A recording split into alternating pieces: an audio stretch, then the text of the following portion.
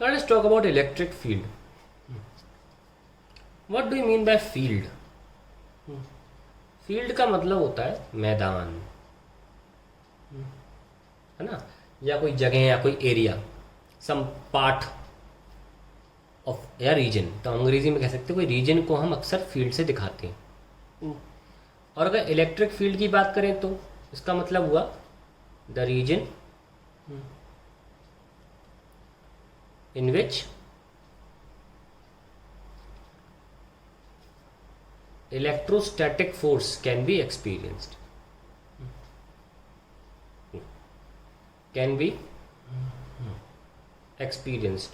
अब वो रीजन आप एरिया में बोलें, मीटर स्क्वायर में, या डायमेट्रिकली बता दें कि इतने डायमीटर का सर्कल जो है उसमें इलेक्ट्रोस्टैटिक फोर्स रहता है और कोई दूसरा चार्ज उस रीजन में वो फोर्स महसूस करेगा एक्चुअल चार्ज के, बताते हैं।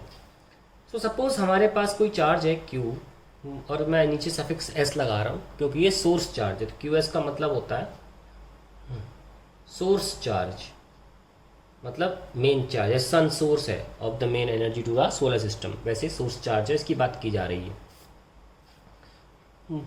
और हम ये देखना चाहते हैं कि ये सोर्स चार्ज का फोर्स कहाँ तक है, तो उसके लिए हमें एक दूसरा चार्ज चाहिए पड़ेगा जो हिल के बताएगा हाँ फोर्स लग रहा है।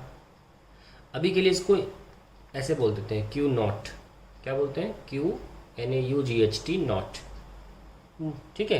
तो नॉट को जब लगाते हैं अंग्रेजी में तो नीचे गोला बना देते हैं। अब इसी Q नॉट की सिग्निफिकेंस के बारे में बाद में बात करेंगे, अभी के लिए बता देता हूँ just for the sake of explanation कि इसका जो मैग्नीट्यूड है वो ऑलमोस्ट नेग्लिजिबल होता है और ये एक तरह का कंसेप्चुअल चार्ज है, ऐसा कोई चार्ज एग्जिस्ट नहीं करता, सिर्फ कंसेप्ट को समझाने के लिए इसको हम बोलते हैं कि कंसेप्ट को टेस्ट करने के लिए। तो नेग्लिजिबल मैग्नीट्यूड, और इसका नाम भी होता है टेस्ट चार्ज, ये टेस्ट चार्ज होता है, इससे हम टेस्ट करते हैं। तो QS की मौजूदगी में हमने देखा Q नोट को रख के, सपोज हमने R1 दूरी पे रखा तो इसे फोर्स महसूस हुआ, खिसक गया। हमने कहा इसका मतलब इसका जो असर है कम से कम यहाँ तक तो है, क्योंकि R1 यहाँ पे भी होगा, यहाँ पे भी, ऊपर भी, नीचे भी, 3 डायमेंशनल ऊपर भी, 3 डायमेंशनल नीचे भी, दाएं बाएं हर जगह। तो जब आप एक तरफ का रास्ता एक डायरेक्शन देखते हैं तो पूरा स्फेरिकल रीजन कवर हो जाता है। हमने देखा अभी भी फोर्स लग रहा है तो हम दूर ले गए थोड़ा, इसको यहाँ पे ले गए। यहाँ पे ले जाने पर ऑब्वियसली फोर्स की 1/r की प्रोपोर्शनैलिटी, R² की प्रोपोर्शनैलिटी के कारण फोर्स की मैग्नीट्यूड कम तो हो गई होगी, पर फोर्स अब भी लग रहा था, ठीक है। फिर हमने क्या किया, हमने QS को यहाँ पे रखा और देखा कि अब जो फोर्स है बिल्कुल मामूली सा है, ना के बराबर, ठीक है, बहुत कम फोर्स है। तो हमने जब इसको डिफरेंशियली थोड़ा मूव किया, फोर्स लगना बंद हो गया। तो हमने कहा चलो इसको ही ले लेते हैं R2 और इसको हम R ले लेते हैं, ठीक है, इस डिस्टेंस को। हमने देखा कि इस R डिस्टेंस के बाद इस QS का असर खत्म हो जाता है ना, असर खत्म हो जाता है, ऊपर नीचे दाएं बाएं हर जगह इस QS का असर खत्म हो जाता है। तो ये जो स्फेरिकल रीजन होगा जिसमें इसका असर था, हम उस रीजन को बोलते हैं इलेक्ट्रिक फील्ड। तो पूरा एरिया है जिसमें इसका असर था, हम उसे बोलते हैं इलेक्ट्रिक फील्ड, ठीक है। और कितना था उसे बोलते हैं इलेक्ट्रोस्टैटिक फोर्स। तो असर कितने रीजन में था हम ही बोलेंगे इलेक्ट्रिक फील्ड। आप उसे एरिया में बोल सकते हैं, पर कोई पूछता नहीं है, इलेक्ट्रिक फील्ड कोई नहीं पूछता कभी भी, सब पूछते हैं इलेक्ट्रोस्टैटिक फोर्स या इलेक्ट्रिक फील्ड इंटेंसिटी। तो अब हम बात करने जा रहे हैं इलेक्ट्रिक फील्ड इंटेंसिटी की। ध्यान रखना, इलेक्ट्रिक फील्ड रीजन है और इलेक्ट्रिक फील्ड इंटेंसिटी फोर्स है, कितना फोर्स लग रहा है। पर थोड़ा सा डिफरेंट है हमारे इलेक्ट्रिक स्टैटिक फोर्स से इलेक्ट्रिक फील्ड इंटेंसिटी की डेफिनेशन। देखना कैसे है, देखिए अक्सर फिजिक्स में यूनिटरी टर्म्स काफ़ी काम आते हैं, जैसे कि पावर, वर्क अपॉन टाइम। और कैसे कि अगर टी टाइम में काम W हुआ तो उसे वर्क बोलेंगे, और 1 यूनिट टाइम में काम होता है कितना तो उसे बोलेंगे वर्क अपॉन टाइम। उसके लिए नया टर्म बनाया पावर। ये कुछ टर्म्स इंपॉर्टेंट इसलिए हो जाते हैं क्योंकि मान लीजिए एक लड़का है सोनू, लड़का है मोनू, ये एक काम 1 घंटे में करता है, ये वही काम 2 घंटे में करता है, तो काम तो दोनों का बराबर हो जाएगा ना। तो दोनों की एफिशिएंसी को मापने के लिए एक नया टर्म की आवश्यकता थी, तो हमने रेट ऑफ डूइंग वर्क निकाल लिया, पावर। तो यूनिटरी टर्म्स की अहमियत होती, ऐसे ही हमें इलेक्ट्रिक फील्ड इंटेंसिटी में भी एक यूनिटरी टर्म है इलेक्ट्रिक फील्ड इंटेंसिटी, और इसकी भी आवश्यकता पड़ गई।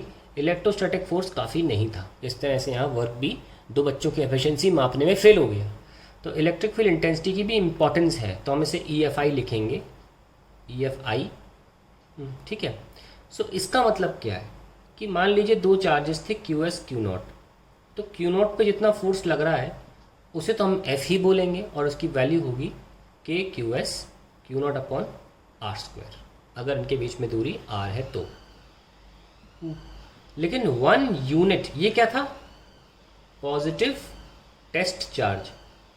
लेकिन अगर हम यूनिटरी मेथड लगा रहे हैं तो हम बोलेंगे यूनिट पॉजिटिव, बाकी तो चलता रहेगा वैसी का वैसा टर्म, बस क्योंकि यूनिटरी मेथड लगा रहे हैं। अब एक चार्ज की बात हो रही है ना, 1 की टेस्ट चार्ज, तो ऐसे में सिंपली फोर्स आ जाएगा F/Q0, और फॉर्मूला क्या बन जाएगा, KQS Q0 upon R² divide by Q0। ये लीजिए, सो हमारा आंसर कितना आ गया, KQS/R²। तो एक्चुअली में जो एक टर्म है F/Q0, इसको अंग्रेजी में क्या लिखेंगे, force experienced by a unit positive test charge, और इसको दर्जा दिया गया है इलेक्ट्रिक फील्ड का। अब जैसे कि हमने नोटिस किया था कि Q0 जो है उसे नेग्लिजिबल होना पड़ेगा, और दूसरी इंपॉर्टेंट बात यह है कि ये बाय डिफ़ॉल्ट कन्वेंशनली, मतलब फिजिसिस्ट्स ने इसे बाय डिफ़ॉल्ट पॉजिटिव माना है। ठीक है, तो ये बात तो इम्पोर्टेंट है, नेग्लिजिबल मतलब ज़ीरो होता है ऑलमोस्ट, लेकिन अगर हम ज़ीरो रख देंगे यहाँ पे तो इलेक्ट्रिक फील्ड इन्फिनिटी हो जाएगी, है ना। तो इसलिए हम ज़ीरो नहीं रखते, हम क्या लिखते हैं, limit Q0 tends to 0 F/Q0। ये इम्पोर्टेंट है जानना यहाँ पे। तो इलेक्ट्रिक फील्ड इंटेंसिटी की सही डेफिनेशन ये है कि इट इज़ F/Q0 पे Q0 टेंड्स टू 0। अब इसकी सिग्निफिकेंस ये है कि QS जो है हम उसकी इलेक्ट्रिक फील्ड नापना चाह रहे हैं, Q0 की नहीं। हम Q0 की इलेक्ट्रिक फील्ड नापना नहीं चाह रहे, इंटेंसिटी मतलब। और अगर उसकी इलेक्ट्रिक फील्ड इंटेंसिटी थोड़ी भी अगर QS के सामने ज़्यादा होती है तो वो इसकी इलेक्ट्रिक फील्ड का सही आकलन नहीं कर पाएगी और इसकी इलेक्ट्रिक फील्ड को डिस्टर्ब भी कर देगी। ठीक है, सो हम अभी के लिए लिख लेते हैं, हम इसको आपको अच्छी तरीके से एक बात एग्जाम्पल देके प्रूव करेंगे, एक डायग्राम दिखा के प्रूव करेंगे कि अगर Q0 की इलेक्ट्रिक फील्ड होती है तो वो QS की इलेक्ट्रिक फील्ड को सही से नहीं नाप पाएगी। तो Q0 का मैग्नीट्यूड बहुत कम होना ज़रूरी है ताकि QS की इलेक्ट्रिक फील्ड का कोई भी प्रॉब्लम ना आए। तो अभी के लिए लिख लेते हैं कि Q0 शुड बी, कहते हैं ना अंग्रेजी में इन्फिनिटेसिमली small, so that it does not affect the electric field intensity of QS. That is the concept of electric field intensity, which is very important.